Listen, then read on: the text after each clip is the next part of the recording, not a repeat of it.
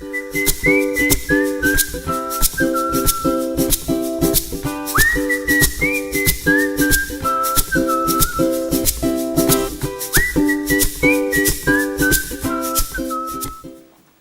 to my series on diversity of thought. My name is Neela Bettridge. I'm an executive coach and I also work with multinational teams on the areas of diversity, women in leadership, but also on team performance. I hope you really enjoy this series with these really interesting speakers, all talking about their different takes on diversity of thought. Hope to hear from you soon. Welcome, Laura. Thank you very much for coming today. As you know, I'm very interested in the area of diversity and inclusion, and this particular area of diversity of thought is of great interest to me, and I know you have a very interesting perspective on it. So I wonder whether you'd be so kind as to introduce yourself and actually what you understand by diversity of thought and how you're coming across it in your work. Okay, thank you, Neela. I'm Laura Haynes. I say in my bio, born in America and lived around the world. I am chairman of a company called Appetite, which with a couple of other people I founded some 25 years ago. Founded on the premise that all organizations require a reason for being, a better purpose for being, and that by developing and living that, they find their place in the world and attract and retain the best people and get the best quality of work out. Laura, you're also involved with the UN. Tell me a bit about that. Yes, I am. I'm co-chair of UN Women here in the UK, which is a fascinating organisation, founded only a few years ago at the UN by bringing together all of the initiatives and all of the agencies that dealt with gender equality and economic empowerment of women around the world. Incredibly important, and it's founded on the principle and the belief that not only is the equality of women important and right, but it's necessary. And it's necessary for economic growth. It's necessary for social and political stability. It's necessary for the education of the next generation. And so we work both locally and around the world in developing programs and projects that help to ensure economic opportunity, economic empowerment, education, and the ending of violence against women. Incredible. And you also are involved with the Alberta Ballet, as I understand. I'm now Senator of Alberta Ballet. So I understand. Yes, which I think is a position that they created for me, really. I was chair of the ballet company up until a few years ago, and it is this fabulous, amazing little company. I lived for a few years when we set up an office in Canada, and I lived in Calgary, and to be honest, and to my horror, I thought, oh, this is going to be an arts and cultural backwater. And what I discovered, which you always discover in places, is that underground and around was a absolutely flourishing culture. And I went to see a ballet performance. A friend of mine dragged me there, and I thought, oh, okay, this is going to be like amateur dramatics. And it was unbelievable. And they have an incredible artistic director and choreographer called Jean-Claude Maître. And the work is extraordinary. So I started working with them. And in fact, a lot of the ways I've entered into some of the organizations I've been involved in is either I have been asked to help or been commissioned to help with some strategic work that they're dealing with.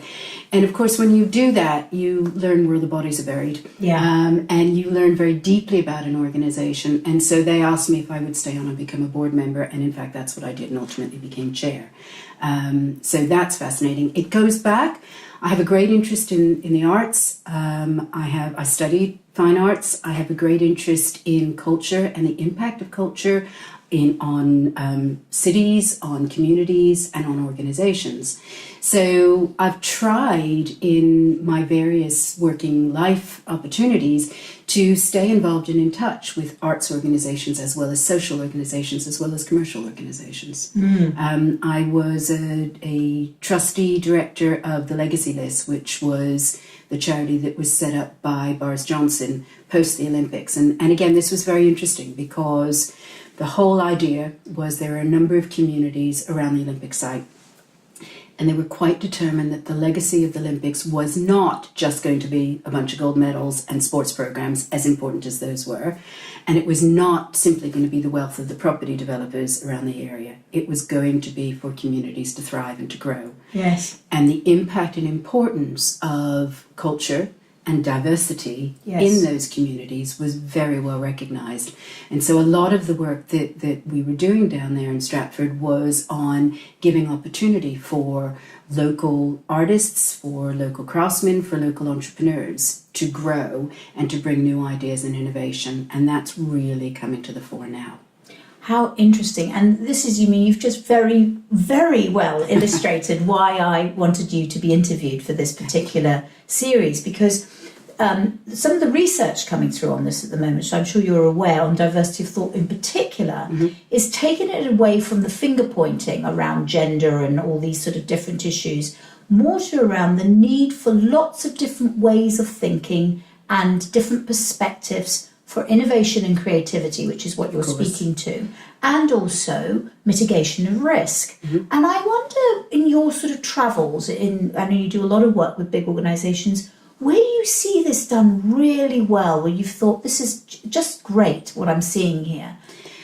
Yeah, that's an interesting question. I see it done well very often, because often when we're brought into organisations, that's exactly the questions that we're being asked to address. And where I see it well is a combination of a leadership team that recognises the importance of bringing different kinds of people together. A leadership team that has begun to think about leadership in a different way. Yes. Gone are the days where leadership simply meant, I'm going over that hill, are you following me? Yeah. In fact, we talk about leaders now, but we talk more about leadership. Yes. It's a way of thinking, it's a way of working in an organisation, it's a way of driving an organisation, but allowing and encouraging others to drive as well. Yes. And so that's incredibly important, but also the importance of an organisation that recognises that there is not one way to do things, and that the old ways of doing things are not necessarily the best ways of doing things, and that it's important to hear and listen to what others have to say. This question about diversity is very interesting because it is about different perspectives. Yes. It's about understanding different perspectives and questioning, for example, your own. We all come with a certain amount of bias. Yep, it's the way we were brought up, the cultures we came from, our experiences, our education. Yep. And so we come in, and without even knowing it, of course, we approach subjects in a certain way, and we reach conclusions in a certain way.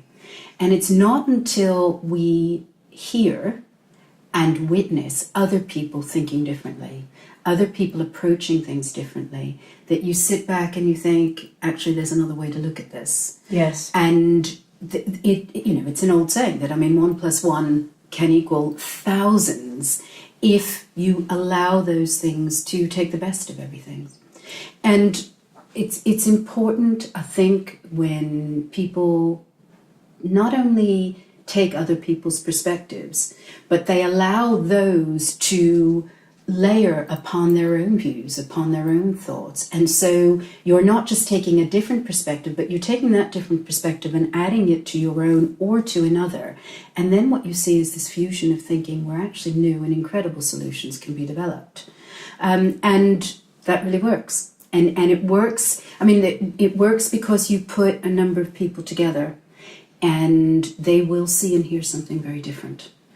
And as a leader yourself, I'm very interested by this because obviously there's great strength in bringing all those different points of view together.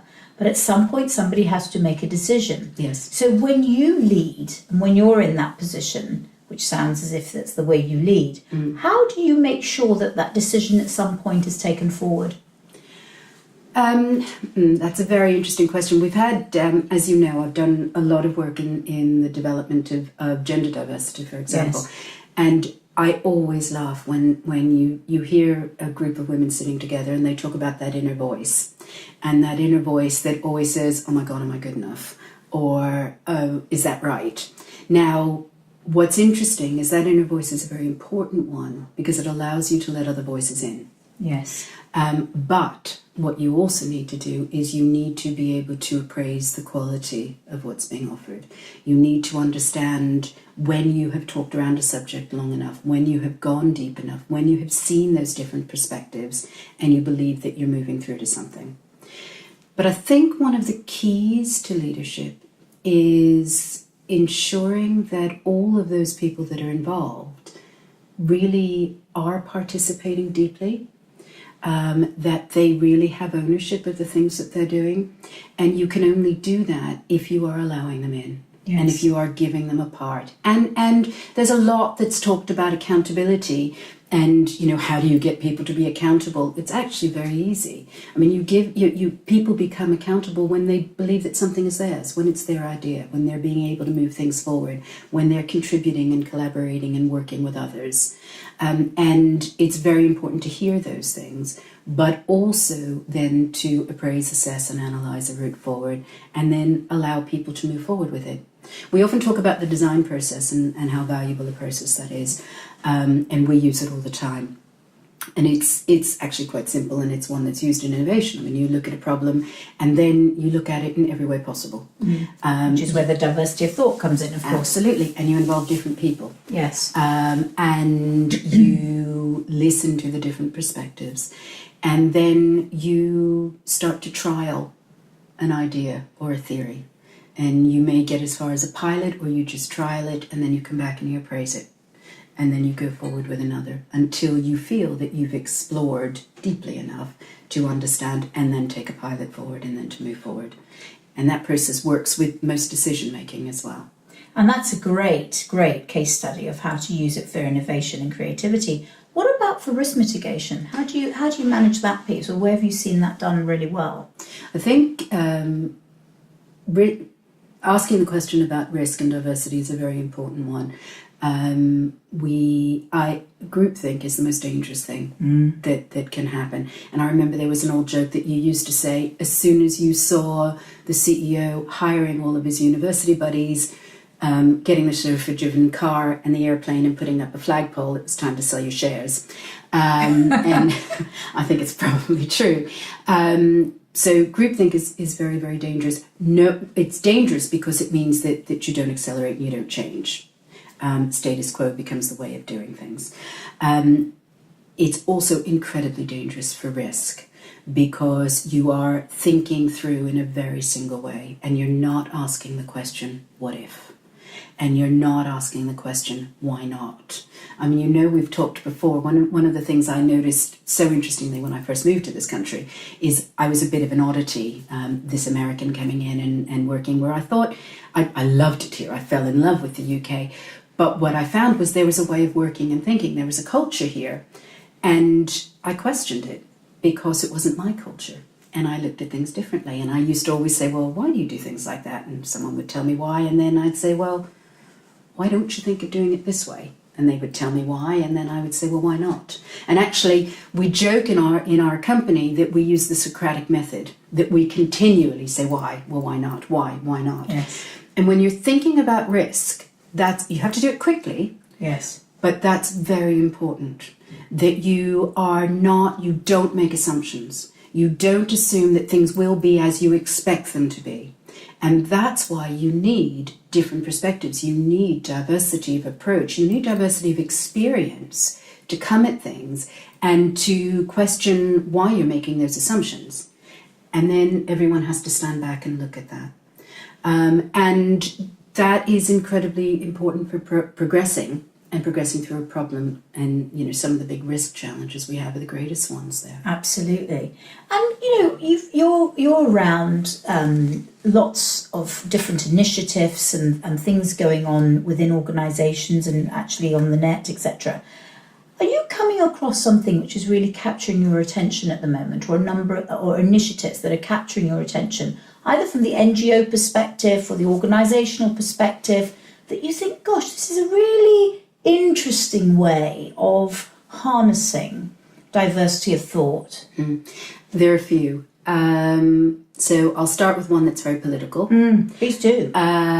We like political and we like controversial. Well, I'll start with one that's political, particularly now. And I have to confess, I have a daughter who's a medical student, so I'm now going to talk about the NHS. Yes. And the NHS is an incredibly interesting and fabulous organisation.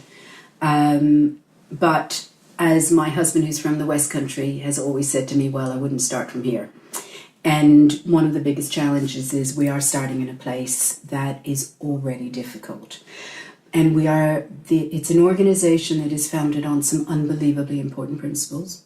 And in addition to the important principles behind the NHS are also some very important qualities about it, which are the striving for excellence and the striving for equality and the striving for a level playing field. But the world has changed and the world has moved on.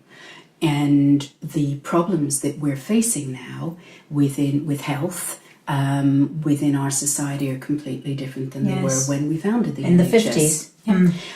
If for no other reason, then our population is much larger. If for no other reason, then we are living a hell of a lot longer. And for reasons of we are recognizing that there are a number of things that we do in our life that impact our health so completely that should be in our control. Now, the NHS was founded, and I could never understand this when I first moved here because we're free will and determinism, supposedly, in the States. And here there's a sense of you being taken care of, and there's a nanny mentality that goes with that. And one of the challenges there is it can remove that sense of I'm responsible for and myself. accountable. And when you think about the problem solving within that, you have to say our problems now are completely different than they were in the 50s, but they're not insurmountable. But if we continue to drive through them the way we always have, then we will not come to the solutions. We need to address this completely differently. And we need to not just rely on our healthcare professionals, though I think we should, much more than we do on our government. Because the healthcare professionals are unbelievably important because they understand the needs and they understand the cures and they understand the treatments and they understand the potential and they understand the risk. However, we can't rely on them for all of the solutions. And I think one of the interesting things that is happening now is we are looking at two different people and we are looking at different ways of addressing some of these problems. So we have the healthcare professionals whose voices absolutely have to be heard. But we then have a number of the NGOs who are actually saying, actually, it's not about treating these certain diseases. It's about adjusting our lifestyle so that we overcome some of them. Or it's about adjusting our lifestyle so they don't happen in the first place. That we recognize that, diabetes, for example, which is crippling. It cripples individuals and it's crippling the NHS and will even more so and in the obesity. future. And obesity are problems that actually we need to look at society to look at some of the problem solving there. When it comes to some of the things within the hospitals and a number of people get very ill because of bacteria and that grows in hospitals. And we need to look at new ways of doing things. The Design Council did an unbelievable project called Bugs Out. And it was actually saying the problem is not just about cleaning these places better. It's about redesigning things so that they don't get that dirty or they can be taken apart so that they're cleaned in a completely different way. So real interesting link back to diversity of thought. Yes, and absolutely. actually risk mitigation. And risk mitigation And as actually well. what I'm hearing as part of this, and correct me if I'm wrong, is that actually accountability is a very important part of diversity of thought. Yes, and that completely everywhere that you look. Yes. You were talking earlier about within organisations or within companies what the benefits are.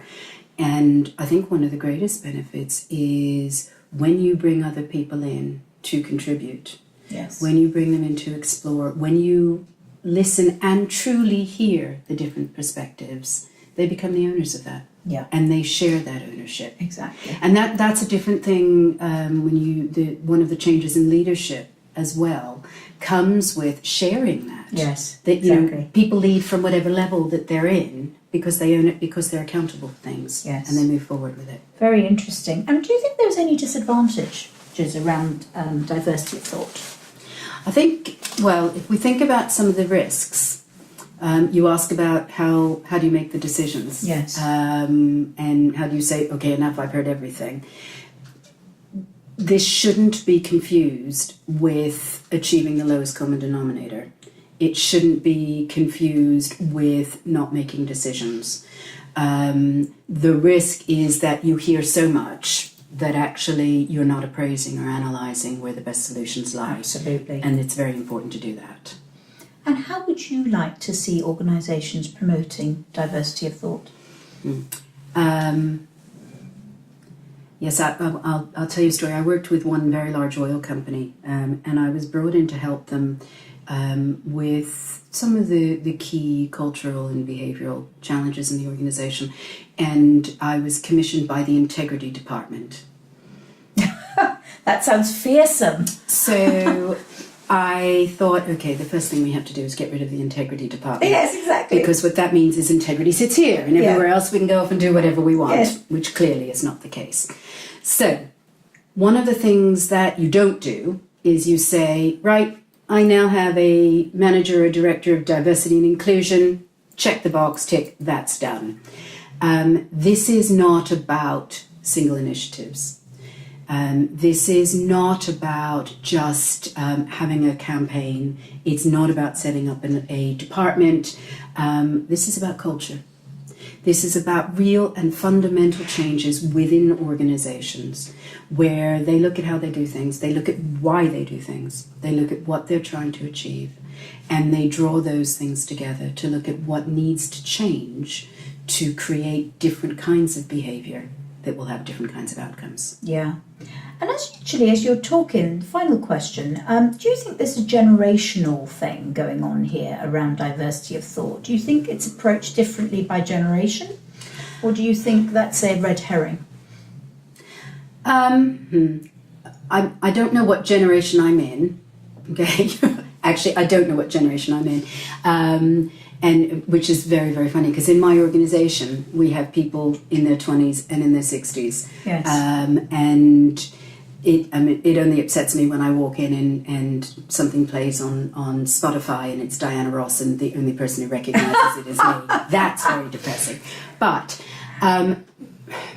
no, I don't think it's generational.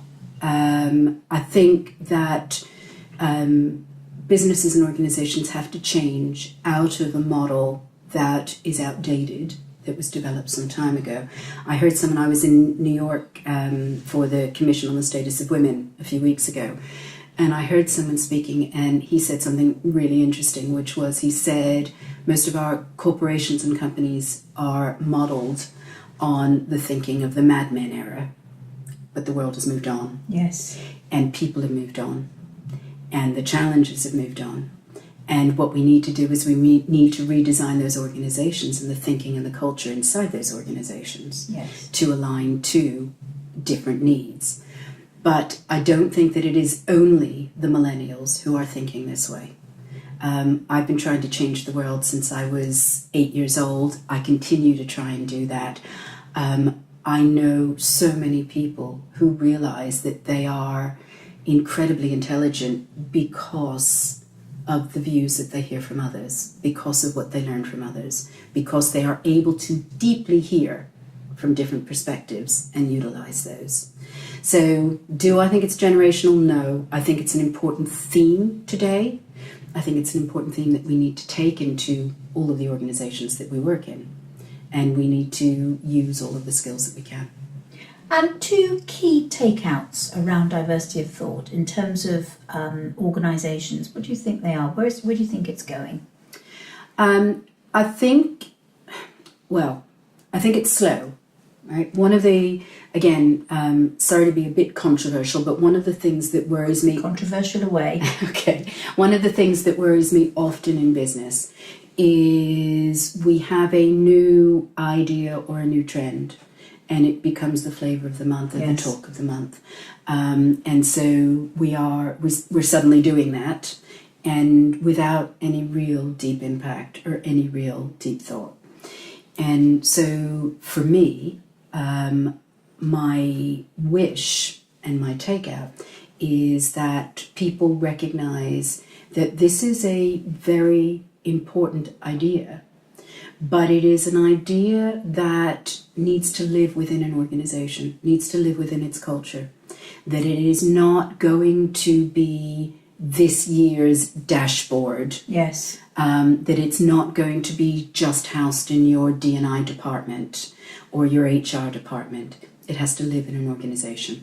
It has to be recognized by the leadership. It also has to be brought in and allowed to thrive through the grassroots and then break through what is often the permafrost of middle management. Yes. So that it's spread and becomes real. Yes. And that it has to be real to the organization itself. It's not just taking some management consultant's way of doing things. It has to authentically be living in an organization in a way that works in that organization. Yes. So you can't take it off the peg. Yeah. Every company is different and it has to live correctly within that company. Yeah. Thank you, Laura. Absolutely great interview. I knew it would be very interesting doing an interview with you, and thank you very much for your time. My pleasure. Thank you very much.